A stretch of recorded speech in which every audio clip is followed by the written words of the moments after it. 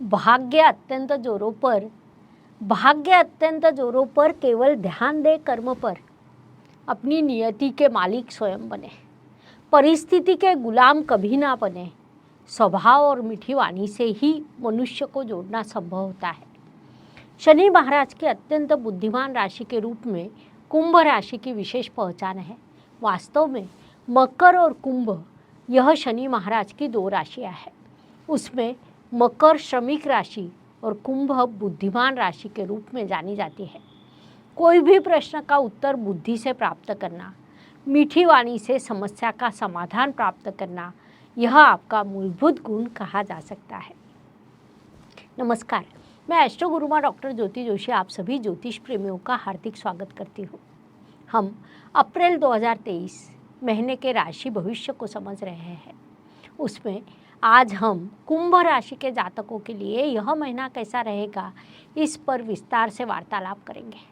विभिन्न दृष्टिकोण से इस महीने के ग्रह स्थिति का हम शास्त्रोक्त विश्लेषण करने वाले हैं। साथ ही वीडियो के अंत में मैं आपको इस महीने करने वाले विशेष उपाय भी बताने वाली हूँ, इसीलिए वीडियो अंत तक देखें।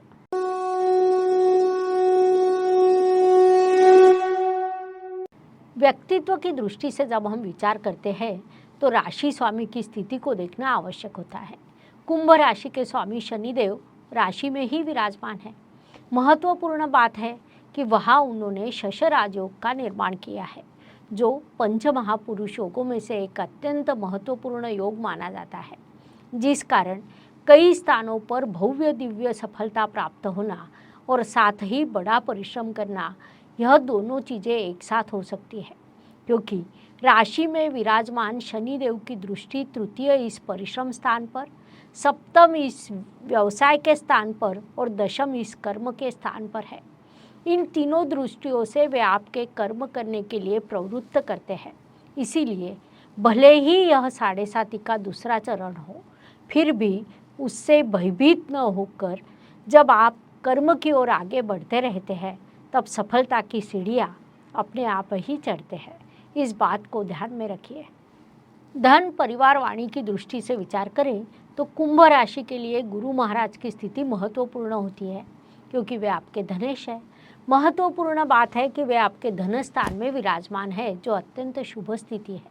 22 अप्रैल को वे राशि परिवर्तन कर तृतीय स्थान में प्रवेश करेंगे।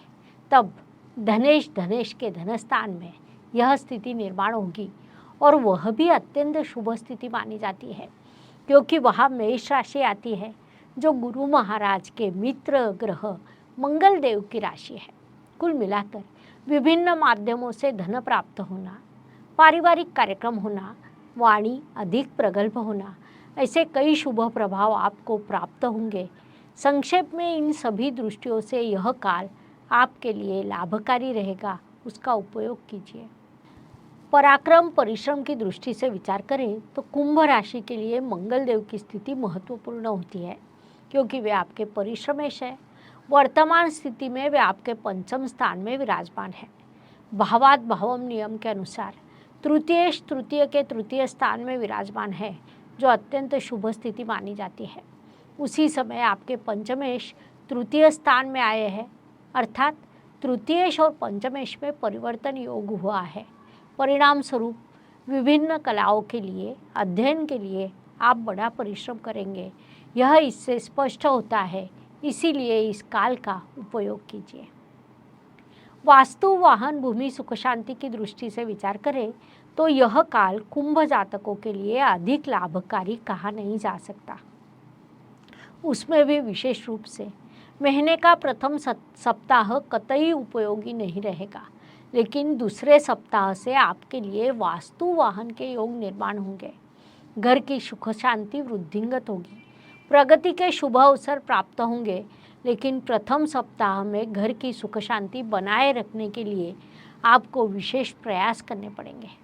6 अप्रैल को शुक्रदेव आपके चतुर्थ स्थान में प्रवेश करेंगे, तब आपको यह सभी प्राकृतिक रूप से प्राप्त होगा। इस बात को ध्यान में लीजिए। शिक्षा, संतति, प्रणय, प्रेम विवाह, आयोजित विवाह की दृष्टि से विचार करें तो कुंभ जातकों के लिए यह काल अत्यंत शुभ कहा जा सकता है। विशेष रूप से जो जातक कला के क्षेत्र में है, किसी खेल में हिस्सा लिया है, कोई उच्च स्तर का कौशल्य आपको प्राप्त है और उस अनुसार आपकी पढ़ाई शुरू है। आप मैकेनिकल टेक्निकल क्षेत्र में हैं तो उसमें सफलता के प्रगति के अवसर आपको प्राप्त होंगे। इसीलिए आपने इस काल का पूरा उपयोग करना चाहिए, क्योंकि पढ़ाई में जो उन्नति होती है वो दीर्घकालीन लाभ प्रदान करती है। इस बात को ध्यान में लेना चाहिए। कुंभ जातकों के लिए इस महीने विवाह के अधिक शुभ योग नहीं है, लेकिन जीवन साथी प्राप्त होना, मित्रता होना जैसे प्रकार हो सकते हैं। सर्व ज्योतिष प्रेमी आणि अभ्यासकांसाठी एक परिपूर्ण ज्योतिष बनण्याची सुवर्ण संधी चालून आली आहे।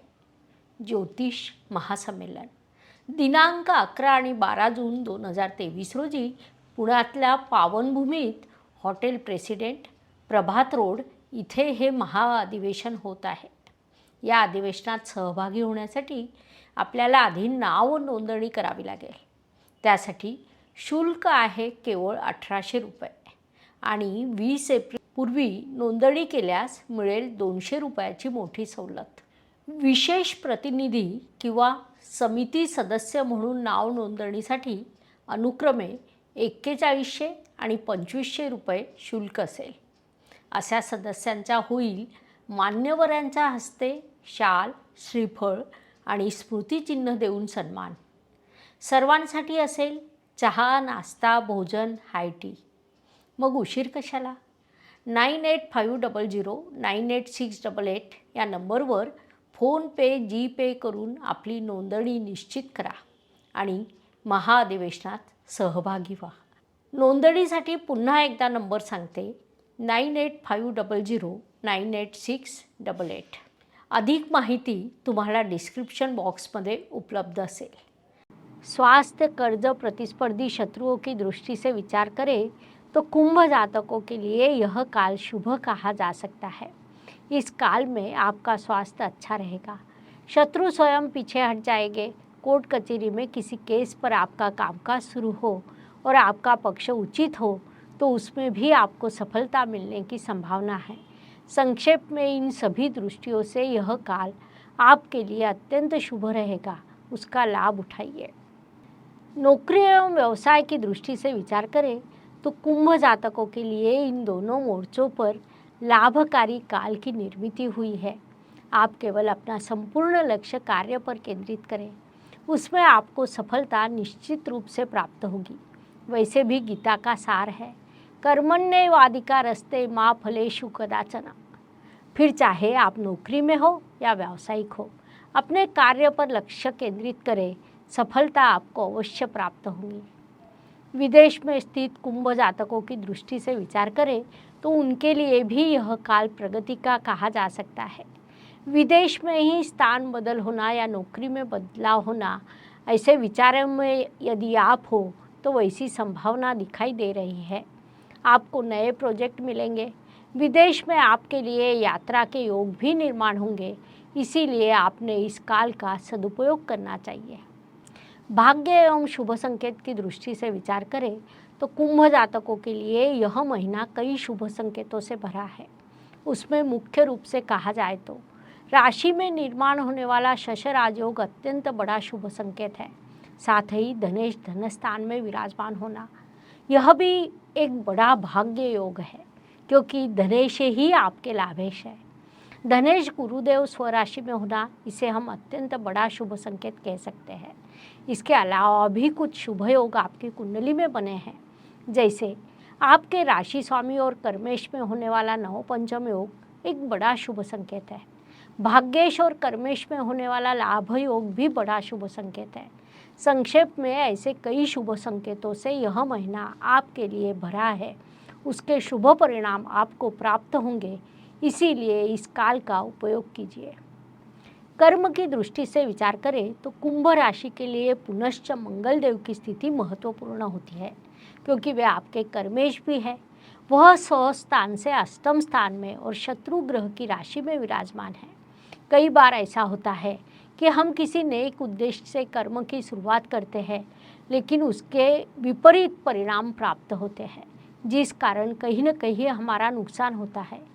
इसीलिए कर्म करते समय, कोई भी कार्य करते समय सोच समझ कर करें।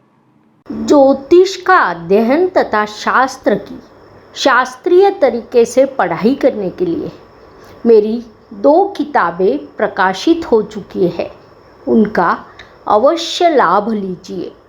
लाभ की दृष्टि से विचार करें तो कुंभ राशि के लिए यह महीना बड़े लाभ का रहेगा, क्योंकि लाभ के कई अवसर इस काल में आपके लिए निर्माण होने वाले हैं।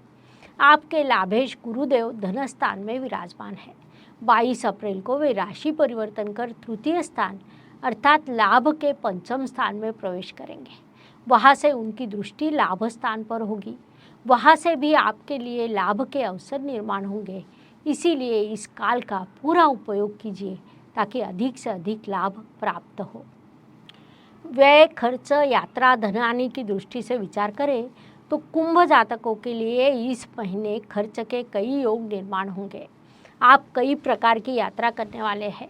साथ ही इस काल में वस्तुओं का, पैसों का उचित ध्यान रखें, यह सलाह आपको दी जाती है, क्योंकि कहीं न कहीं नुकसान होने की संभावना को नकारा नहीं जाएगा। हर सुबह एक नया दिन प्रकट होता है और उसके बाद रात होती है, अर्थात दिन के बाद रात और रात के बाद दिन। यह प्रकृति का चक्र है जो मनुष्य जीवन पर लागू है। फलस्वरूप हर दिन हर किसी के लिए एक जैसा या समान नहीं होता। कुछ दिन शुभ, कुछ दिन अशुभ या तनावपूर्ण होते हैं। इस दृष्टि से कुंभ राशि के लिए 7, 17 और 26 यह दिन शुभ रहेंगे, तो 6, 15 और 24 यह दिन अशुभ, तनावपूर्ण तथा संघर्ष से भरे रहेंगे। उपायों की दृष्टि से अशुभ चीज़ों की अशुभता कम करने का और शुभ चीज़ों की शुभता बढ़ाने के उपाय हमारे शास्त्र में है। उस अनुसार उपाय का विचार करें तो इस महीने 22 अप्रैल को अक्षय तृतीया है। हमारी परंपरा के अनुसार इस त्योहार का धार्मिक महत्व है। सुदामा जी जब श्री कृष्ण के पास जाते हैं तब उन्हें ऐसा लगता है कि मित्रता का लाभ उठाना के उद्देश्य से हमने कुछ मांगना नहीं चाहिए। वे मिलने के लिए जाते हैं। श्री कृष्ण उन्हें बड़ा सम्मान करते हैं, उचित पद्धति से आतिथ्य करते हैं और सुदामा जब वहाँ से वापस लौटते हैं तो उनकी कुटिया बड़े महल में बदल जाती है। सभी आनंद और सुखदायी होता है। जो कुछ मिलता है अक्षय पद्धति से बना रहता है, जिस कारण इस दिन दान का भी बड़ा महत्व है।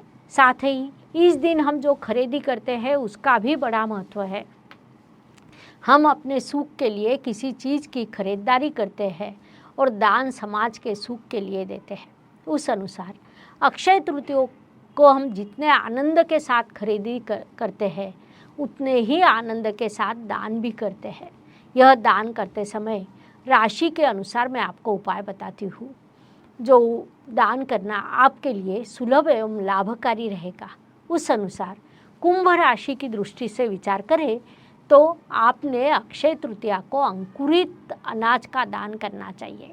इस प्रकार गुरु परिवर्तन तथा अप्रैल 2023 यह महीना मेष से लेकर मीन तक कैसा रहेगा, यह समझाने के लिए हमने 24 वीडियो आपके इस चैनल पर अपलोड किए हैं। वीडियो अगर पसंद हो तो लाइक, शेयर, सब्सक्राइब कीजिए। धन्यवाद। शुभम भवतु। जय ज्योतिष। Please like, share and subscribe the channel और हाँ, बेल आइकॉन दबाना ना भूलें। धन्यवाद।